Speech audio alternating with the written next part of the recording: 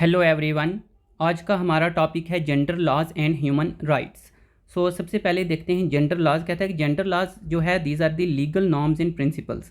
जैसे हमने अपने लास्ट लेक्चर में देखा था जेंडर इनइक्वालिटी में कि अगर किसी भी इंडिविजुअल के साथ जो है उसकी जेंडर के बेस के ऊपर डिस्क्रिमिनेशन हो रही है, यानी उसको इक्वल अपॉर्चुनिटीज़ नहीं मिल रही हैं या फिर उसको इक्वल ट्रीटमेंट नहीं मिल रही है, तो उसको हम बोल रहे थे कि जेंडर इनइक्वालिटी है। तो उसी को कर्ब करने के लिए जो है हमारे पास जेंडर लॉज आते हैं, ताकि जो इंसान के जो राइट्स हैं, हकूक़ हैं, जो ऑब्लिगेशन जिम्मेदारियां हैं, उनको रेगुलेट किया जाए। तो उसी के लिए हमारे पास जो है जेंडर लॉज हैं। कहता है कि जेंडर लॉज जो है उसका एम क्या है, टू प्रमोट जेंडर इक्वालिटी, कि जेंडर इक्वालिटी को प्रमोट करने के लिए, यानी सभी को जो है ताकि जो है इक्वली देखा जाए रिगार्डलेस ऑफ देयर जेंडर।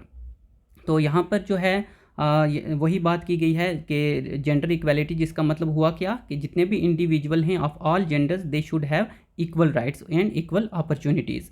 उसके बाद कहता है कि gender laws also seek to prevent and address discrimination, कि जेंडर लॉ क्या करता है कि ये क्या करेगा कि प्रिवेंट करेगा डिस्क्रिमिनेशन। अगर किसी के साथ कोई डिस्क्रिमिनेशन और वायलेंस हो रहा है किसकी वजह से, बेस्ड ऑन द जेंडर। यहाँ पर मेनली हम बात करते हैं कि वीमेन और के साथ जो डिस्क्रिमिनेशन या जो मार्जिनलाइज्ड जेंडर यानी ट्रांसजेंडर कम्युनिटी है, अगर उनके साथ कोई डिस्क्रिमिनेशन वगैरह हो रहा है या वायलेंस हो रहा है तो उसको क्या किया जाए, रोका जाए। तो ये जेंडर लॉज हैं। उसके बाद हमारे पास ह्यूमन राइट्स आ जाती है टर्म। तो ह्यूमन राइट्स जो है as we know it refers to क्या कि ऐसे मॉरल प्रिंसिपल्स या नॉर्म जो क्या करेंगे कि प्रोटेक्ट करेंगे डिग्निटी, यानी कि इंसान की जो हम डिग्निटी बोलते हैं ताज़ीम, एंड राइट्स क्या हो गए, हकूक़, यानी इंसान की जो हकूक़ हैं उनकी यहाँ पर जो है वो बात हम करेंगे। यानी कि जो ह्यूमन राइट्स हैं वो एज़ वी नो के इनहेरेंट होते हैं, इनहेरेंटली, यानी ये बाय बर्थ जो है हमारे पास हैं। ह्यूमन राइट्स, इंसानी हकूक़ जो है वो हमें इसलिए मिल रहे हैं जस्ट मेयरली बिकॉज हम क्या हैं, ह्यूमन हैं, और ये इनहेरेंट यानी बाय बर्थ हमारे पास होते हैं।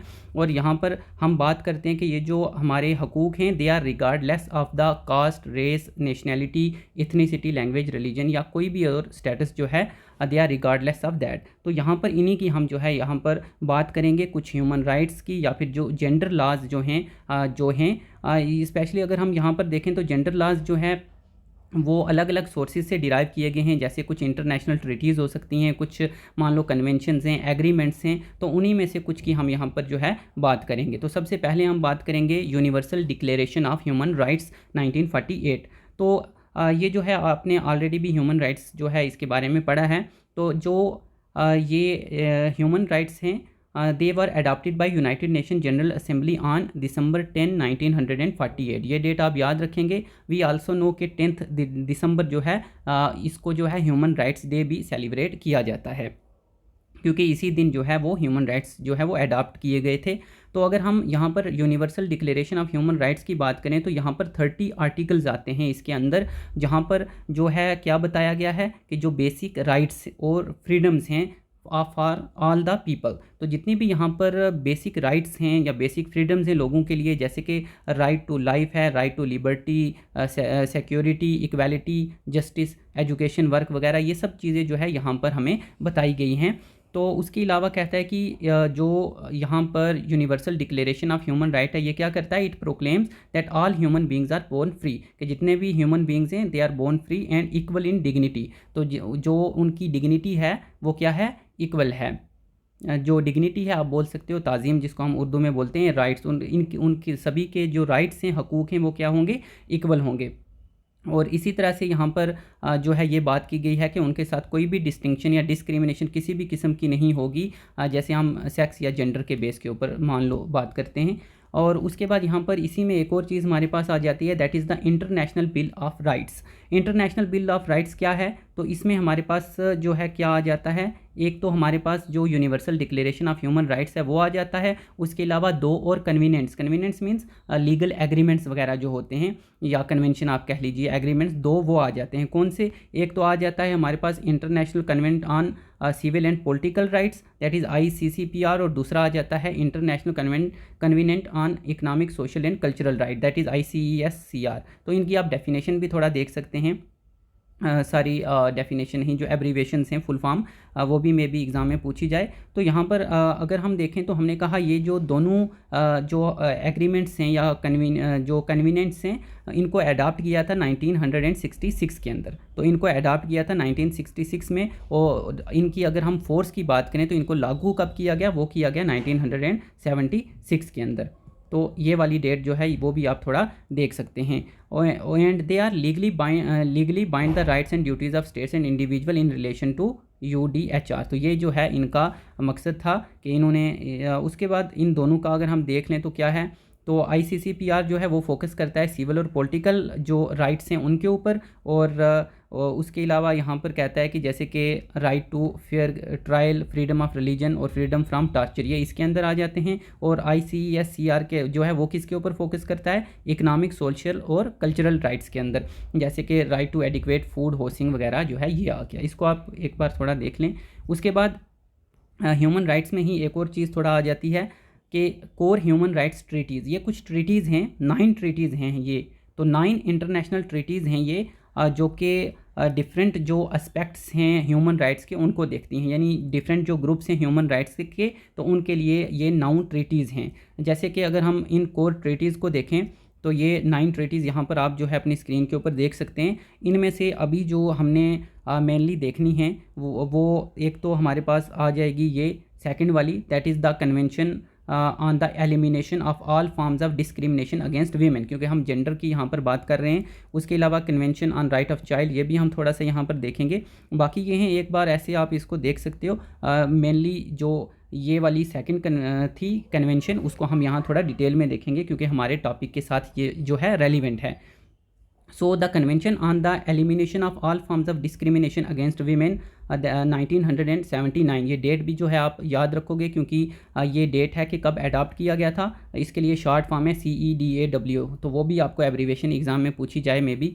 तो इसको अडॉप्ट कब किया गया था बाय यूनाइटेड नेशन, तो ये किया गया था 18 दिसंबर 1979 को। तो ये एक इम्पॉर्टेंट डेट आ जाती है। उसके बाद अगर हम देखें तो इट केम इनटू इफ़ेक्ट, कब इसको लागू किया गया, तो वो किया गया कब, 3 सितंबर 1981 को। तो उसके बाद ये जो है जैसे नाम से हमें पता चल रहा है, तो ये कन्वेंशन किसके लिए है कि जितनी भी डिस्क्रिमिनेशन है वीमेन के अगेंस्ट, तो उनको क्या किया जाए, उनको एलिमिनेट किया जाए। तो वो खुद जो है बता रहा है। तो ये क्या है, these are set of rules, क्यों, जो कि किसके लिए हैं, to stop the unfair treatment against women, women के अगेंस्ट जो अनफेयर ट्रीटमेंट है उसको रोकने के लिए है। तो कहता है कि it says that unfair treatment can happen when women are treated differently, कि अनफेयर ट्रीटमेंट कब होगी, जब हम वीमेन को अलग तरीके से ट्रीट करेंगे, उनके साथ डिस्क्रिमिनेट होगा, या उनको हम जो है मान लो कि they are left out of something, तो वो यहाँ पर चीज़ आ जाती है। और ये जो कन्वेंशन है क्या बताती है कि it tells countries that they must do everything, यानी कंट्रीज़ को ये जो है बताती है कि उनको जो भी वो कर सकते हैं, क्या करने, जो वीमेन के साथ जो अनफेयर ट्रीटमेंट है उसको रोकने के लिए उनको वो करना चाहिए। जैसे कि चाहे वो पॉलिटिक्स हो, जॉब की बात हो, जैसे हमने लास्ट वाले लेक्चर में भी वर्क फोर्स की बात की थी, तो वो थोड़ा सा आगे भी आएगा। उसके अलावा यहाँ पर एक और यहाँ पर इसका पॉइंट आ जाता है कि इंडिया के अंदर अगर हम देखें तो कब इसको लाया गया, तो इंडिया ने इसको कब रेटिफाई किया था, वो किया था 1993 के अंदर। तो implementation involves periodic reporting to CEDAW committee, जो वो कमेटी है यूनाइटेड नेशन की, तो उनको जो है पीरियोडिक रिपोर्टिंग जो है दी जाती है। और उसके अलावा यहाँ पर हम कुछ और देखेंगे जो लेजिस्लेटिव या बाकी कुछ मेयर्स भी हैं।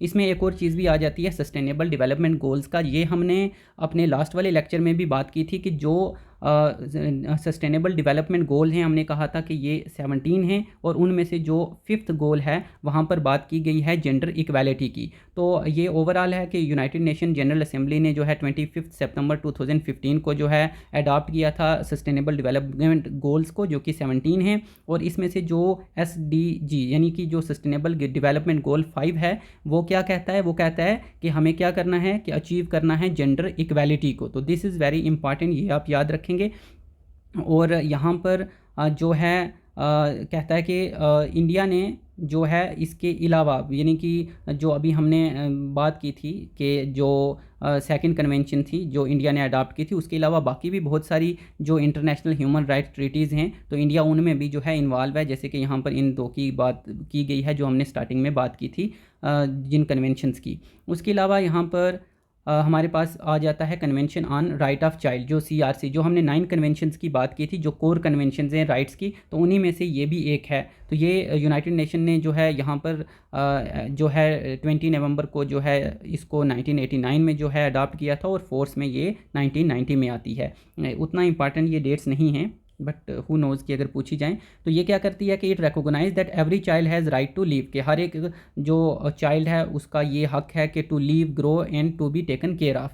यहाँ पर मेनली ये चाइल्ड के लिए है, बट यहाँ पर ये चीज़ भी आ जाती है कि it the rules also tells country they must make sure every child's rights are protected, कि जितने भी चाइल्ड्स के राइट हैं, जो बच्चों के हकूक़ हैं, उनको जो है प्रोटेक्ट किया जाए, किसी के साथ भी जो है वो अनफेयर ट्रीटमेंट ना हो बेस्ड ऑन देयर जेंडर। तो यहाँ पर जेंडर की भी बात आ जाती है, तो इसलिए ये हमने यहाँ पर इंक्लूड किया है, ये भी आप एक बार ज़रूर देख लें।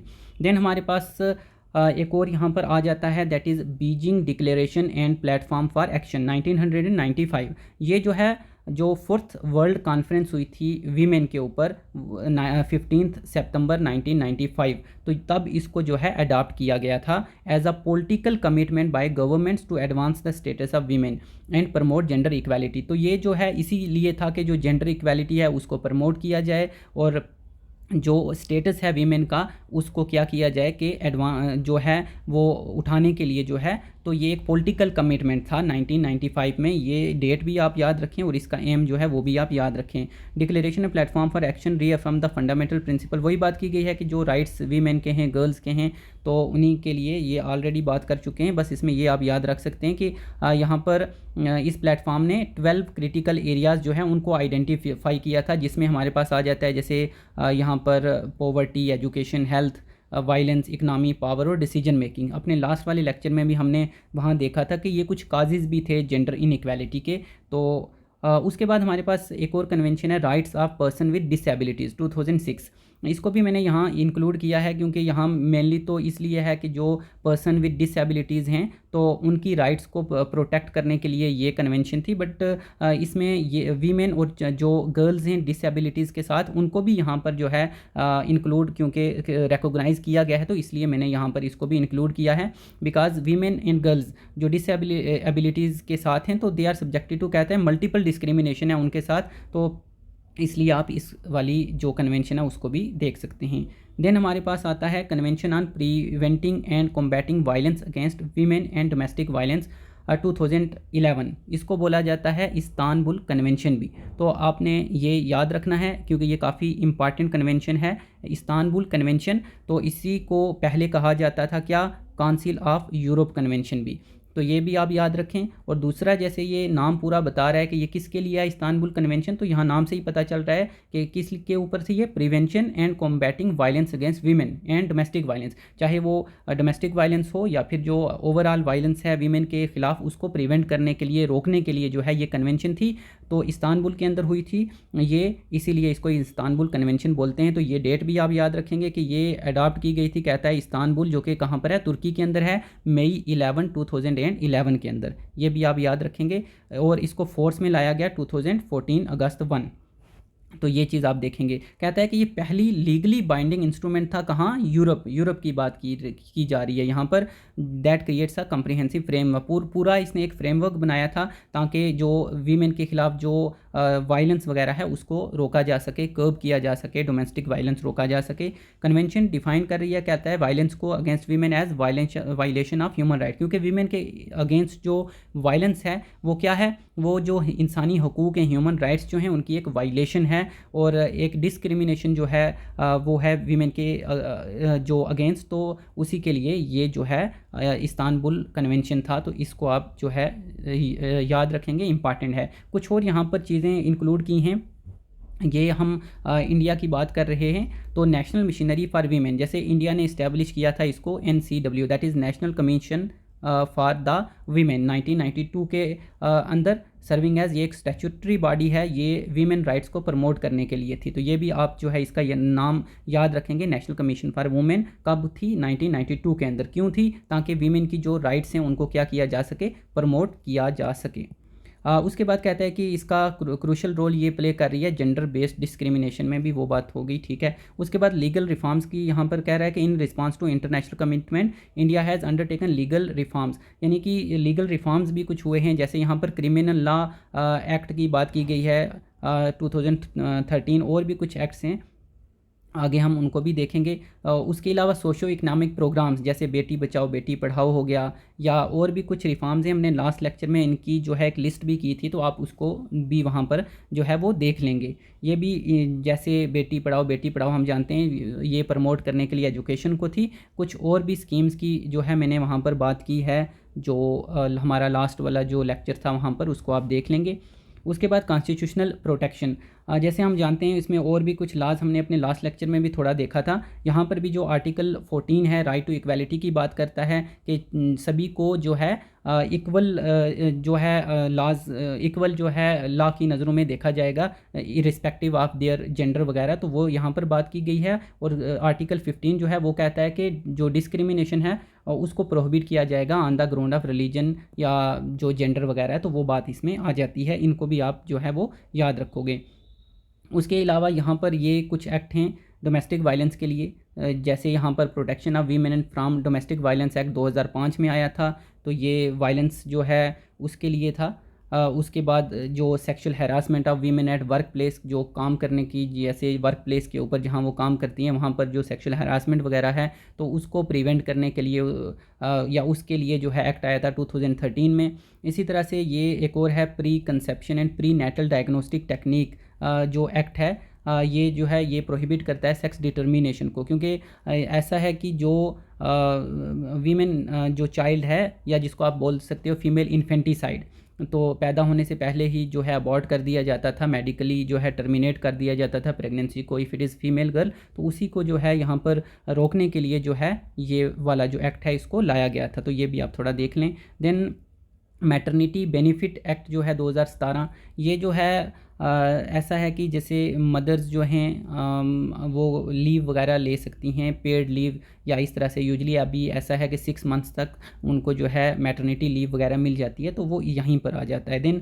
चाइल्ड मैरिज रिस्ट्रेंट एक्ट 1929, 1929 के अंदर आया था चाइल्ड मैरिज रिस्ट्रेंट एक्ट, बच्चों जो चाइल्ड मैरिज है उसको प्रिवेंट करने के लिए। उसके बाद ये जो एक्ट है ये काफ़ी बार अमेंड भी हुआ है, जहाँ पर जो एज है वो चेंज वगैरह की गई थी, तो ये आपके लिए होमवर्क है, इसको आप थोड़ा देख लें कब इसके अंदर अमेंडमेंट आई और कितनी एज है। उसके अलावा यहाँ पर prohibition of child marriage act 2006 में भी आया था। देन डोरी प्रोहिबिशन एक्ट, डोरी को प्रिवेंट करने के लिए एज वी नो 1961 में आया था। उसके बाद इक्वल रिन्यूमरेशन एक्ट ऑफ 1976 में ये एक्ट आया, ये आया था कि इक्वल जो सैलरी है वो उसके लिए, क्योंकि हमने अपने लास्ट लेक्चर में देखा था कि जो वेजेस हैं वो भी हमने देखा था कि वहाँ पर भी डिस्क्रिमिनेशन था, इनइक्वालिटी थी, वीमेन दे वर पेड लेस, तो उसी के लिए ये ला आया था जो कि इक्वल ताकि जो सैलरी है या रिम्यूनरेशन है वो मिल सके। उसके बाद क्रिमिनलाइजेशन ऑफ डोमेस्टिक वायलेंस, तो अब डोमेस्टिक वायलेंस जो है क्योंकि उसको भी अभी जो है क्रिमिनलाइज किया, यानी इसके लिए भी डिफरेंट जो है आईपीसी वगैरह जो है वहाँ पर भी कुछ लॉज वगैरह बनाए गए हैं which is punishable under law. तो रिप्रोडक्टिव राइट्स भी हैं, इसकी तो हमने ऊपर भी जो है ना बात की थी, तो convention of right of child ये भी हमने ऊपर बात की थी, इसकी ऑलरेडी बात कर चुके हैं। Medical termination of pregnancy act 1971, women जो है उनको अलो किया गया है, ये भी हालांकि कुछ जो है रिस्ट्रिक्शंस वगैरह के साथ है यहाँ पर भी, तो but they are allowed for the safe and legal abortions, तो ये आया था। उसके बाद वीमेंस पॉलिटिकल पार्टिसिपेशन, जैसे लास्ट वाले लेक्चर में भी हमने बात की थी कि पॉलिटिकल पार्टिसिपेशन की, जैसे जो पंचायती राज इंस्टीट्यूशन हैं वहाँ पर भी जो है 33% जो है रिजर्वेशन है वीमेन के लिए। तो अगर हम लेजिस्लेटिव बॉडीज़ की बात करें तो वहाँ पर अभी नेशनल लेवल के ऊपर तो कोई भी रिजर्वेशन नहीं है, बट कुछ स्टेट्स के अंदर जो है उन्होंने जो है रिजर्वेशन वीमेन के लिए लेजिस्लेशन के अंदर भी कुछ ना कुछ इम्प्लीमेंट की है। उसके अलावा gender based and violence laws, यहाँ पर इसकी हम ऑलरेडी स्टार्टिंग में बात कर चुके थे, इस्तांबुल कन्वेंशन की, काफ़ी इम्पॉर्टेंट है ये, तो वहाँ हमने इसकी बात की थी, ये दोबारा यहाँ पर थोड़ा आ गया है। उसके अलावा इंडिया की अगर हम बात करें तो सेक्शन 948A IPC की, ये जो है एड्रेस करती है क्रूएलिटी अगेंस्ट वीमेन, पर्टिकुलरली जो है in the context of dowry harassment, तो ये भी आप इसको याद रख सकते हैं। देन क्रिमिनल लॉ एक्ट 2013 का है, ये भी जो है आ जाता है। And then transgender rights, transgender rights के लिए जो है ये दो इम्पॉर्टेंट हैं। एक तो नलसा जजमेंट ऑफ 2014, इसको आप याद रखेंगे। यहाँ पर जो है ये एक लैंडमार्क जजमेंट कही गई है। इसमें ऐसा है कि जो सुप्रीम कोर्ट है उसने रिकॉग्नाइज़ किया था ट्रांसजेंडर को to be the third gender, कब 2014 के अंदर। तो ये काफ़ी इंपॉर्टेंट है, इसलिए आपको इसको जो है याद रखेंगे कि यहाँ पर इस जजमेंट में सुप्रीम कोर्ट ने कहा था कि जो ट्रांसजेंडर हैं they are the third gender, उनको जो है थर्ड जेंडर जो है वो रिकॉग्नाइज़ किया गया था। उसके अलावा कहता है कि सुप्रीम कोर्ट ने रिकॉग्नाइज़ किया था जो राइट्स हैं ट्रांसजेंडर इंडिविजुअल्स की, वो भी, तो इसलिए ये काफ़ी इंपॉर्टेंट आ जाता है। और उसके अलावा ये जो एक्ट है ये भी आया था 2019 में, ट्रांसजेंडर पर्सन का प्रोटेक्शन ऑफ राइट्स एक्ट, उनकी राइट्स को प्रोटेक्ट करने के लिए, तो ये भी आप जो है इंपॉर्टेंट है, इन दोनों को देख लेंगे। देन ह्यूमन राइट्स इंस्टीट्यूशन, एक तो जैसे हमने ह्यूमन जो राइट्स की यूनाइटेड नेशन की बात की थी, उसके अलावा यहाँ पर OHCHR that is office of the United nation high commissioner for human rights, ये जो है हमारे पास आ जाता है, जो कि क्या करता है कि मॉनिटर करता है और प्रमोट करता है ह्यूमन राइट्स को ग्लोबली। तो मतलब इसका जो है वो रोल है यहाँ पर जो ह्यूमन राइट्स हैं उनको प्रमोट करने के लिए, अगर हम देखते हैं इंटरनेशनल लेवल के ऊपर। और अगर हम नेशनल लेवल के ऊपर देखते हैं तो हमारे पास आ जाता है national human rights commission, NHRC, तो एब्रीवेशन भी पूछी जा सकती है, वो भी आप याद रखोगे, NHRC national human rights commission.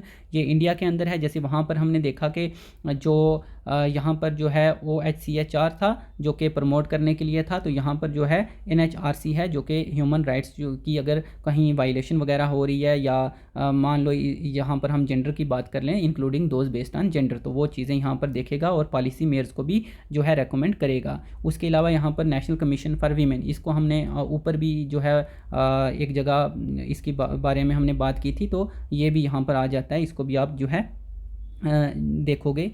तो ये जो है इस लेक्चर में हमने यहाँ पर जो इम्पॉर्टेंट जो जेंडर लॉज थे और ह्यूमन राइट्स के रिलेटेड था वो सब यहाँ पर जो है कवर करने की कोशिश की है। जो इम्पॉर्टेंट पॉइंट्स थे उनको अलग अलग जगह से जो है यहाँ पर जो है हमने सम अप किया करने की कोशिश की है कि जितना इम्पॉर्टेंट है एग्जामिनेशन पॉइंट ऑफ व्यू से उसको तो यहाँ कोशिश की है हमने, बट स्टिल अगर कुछ चीज़ें और इम्पॉर्टेंट होंगी तो MCQs की फॉर्म में जब हम लाएंगे तो वहाँ पर कवर हो जाएंगी। तो यहाँ पर आई गेस कि इतना तो जो है जो इम्पॉर्टेंट बनता है उसको हमने यहाँ पर कवर कर दिया है। So thanks lot for watching.